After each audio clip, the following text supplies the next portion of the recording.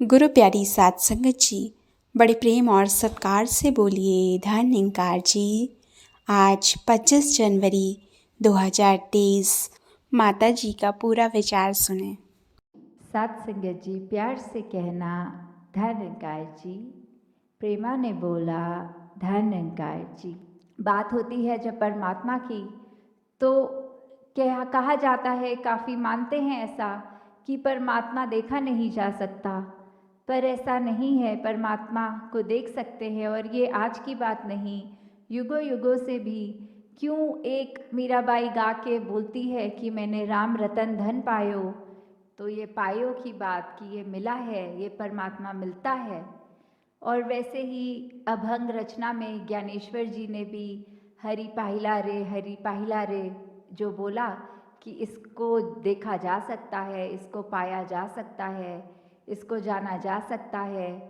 तो उसी परमात्मा को अगर हम ऐसे देखें कि ये उसी परमात्मा नहीं, ये इसी परमात्मा है, जहाँ ये हमारी आँखों के रूबरू है, सामने है,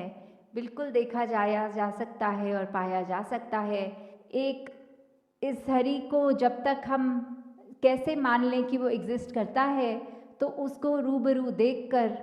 फिर उसका बन के, उसका हर एक में उसको देखकर, फिर एक हरि को जो पा लिया, तो फिर वो ऐसा धन है जो राम रतन धन है कि इतना जो कभी घटेगा नहीं ऐसा धन। हमेशा हम हर पल में इसका प्रयोग करेंगे, इसको याद रखेंगे, तो जीवन में सफल होना ही है। और जहाँ ये डे टू डे ये इंद्रियों की भी हमारी बात आती है कि 5 सेंसेस कैसे हमारे हर मिनट अपने आप को परसीव करने के लिए कुछ भी आसपास हो, तो इसी के योगदान से हम एक स्थिति को महसूस उस तरह कर सकते हैं। तो उस पे भी एक बात कि कैसे एक मक्खी का अगर हम देखें, तो मक्खी एक हमेशा व्याकुल सी ही दिखती है, कभी एक तरफ बैठती है, फिर उड़ के आके एक अपना राग गा के दूसरे पे चीज़ पे बैठ गई। और वहीं अगर एक हाथी को देखा जाए, तो उसको भी एक मस्त हाथी भी बोला जाता है कि अपने काम में जो कर रहा है वैसा ही कर रहा है। तो उसी पे एक कहानी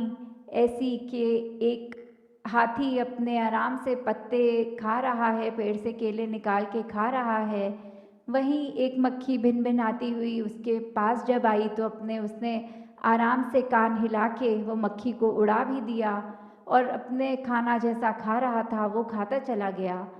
जब ऐसा बार बार हुआ, तो वो हाथी ने देखा कि ये मक्खी इतनी बेचैन क्यों हो रही है, तो उससे पूछा कि ऐसा आपको क्या हो रहा है जो आप आराम से स्थिर नहीं हो पा रहे हैं। तो वही मक्खी कहती है कि मेरे को कुछ भी चीज़ दिख जाती है, कुछ सूंघ लेती हूँ, कुछ ऐसा कुछ भी विजन के आगे मेरे आता है, तो मेरा ये जो सारी इंद्रियां हैं ये मेरी अटेंशन एक काम पे नहीं रहने देती।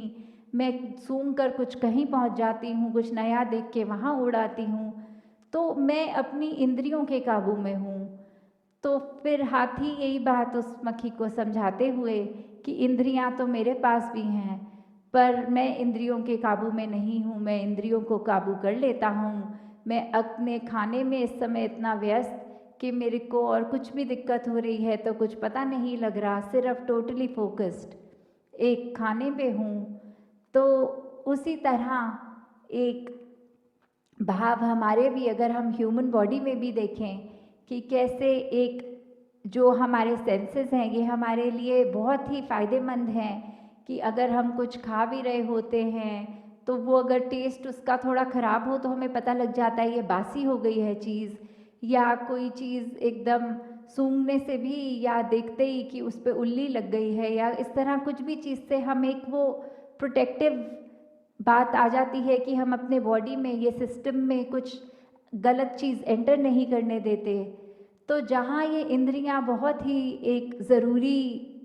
मीडियम है हमारे शरीर को ठीक तरह चलाने में, वहाँ वही देखना कि कैसे हम एक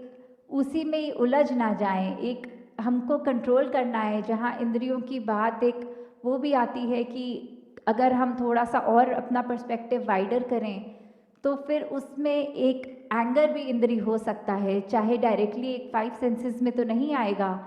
बट क्योंकि हमारे दिमाग में जब हम परसेप्शन कर रहे हैं कोई चीज़ की, तो अगर ये गुस्से की बात भी हो गई तो कैसे हम फिर वो हो जाते हैं अपने अहंकार में, ये अपने ईगो में आकर अगर ये गुस्सा आ रहा है या कोई भी नेगेटिव चीज़ आ रही है तो हम फिर उसी के हो जाते हैं और फिर एक बार ये इंद्रियां हमारे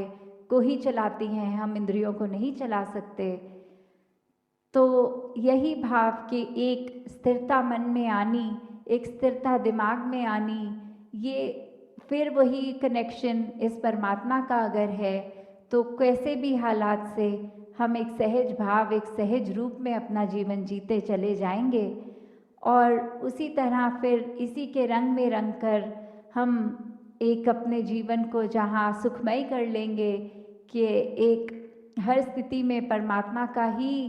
करता है, हम करता कुछ नहीं है, वो मान लेंगे तो बहुत ही एक आराम से एक ये जीवन का हम यापन कर सकेंगे। तो दातार कृपा करे कि एक परमात्मा को ही आधार मानते हुए जहाँ सेवा, सत्संग, सुमिरन ये करते चले जाएं, उससे फ़ायदा सिर्फ हमारा ही है, क्योंकि जब सेवा करेंगे तो भी वो मन से चीज़ शुरू हुई कि हमने एक अपने आप से निकलना है, एक हम किसी के लिए कुछ करने के लिए वो सेवा भाव रखें और सुमिरन सिर्फ अपने इंटरनल एक अपने आप को बैलेंस रखने के लिए कि ये परमात्मा याद रहे, तो वो सिमरन का एक योगदान उस तरह।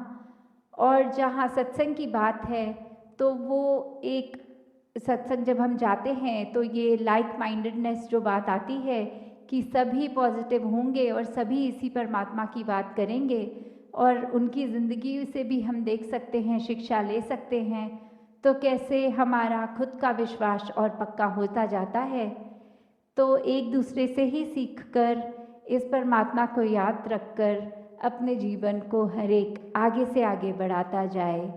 तो यही एक अरदास परमात्मा से कि भक्ति हर एक के जीवन में आए, हर कोई एक भक्ति के मार्ग पर ही चलता रहे और कैसे अपने आप से उठ के पूरी ह्यूमैनिटी के लिए ही एक अपने आप को वरदान रूप रखे, हर एक के लिए अपने आप को बिल्कुल अर्पण उस तरह करें कि अहंकार ना हो, ये बिल्कुल मन एक समर्पित भाव रूप से अपने आप को अर्पित रखकर मन को ही हर एक के लिए अपने आप हमेशा 24/7 ये एक योगदान रूप हो सके। तो हर एक के लिए जहाँ यही कामना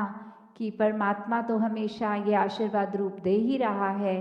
अब हम अपनी झोली में ये आशीर्वाद को किस तरह लें वो हम पे है कि मिलना तो हर कुछ अच्छा ही है, पर जब मिल जाता है तो हम उसको पॉजिटिवली ही लें। तो वही सच्चा आशीर्वाद है कि कैसे ये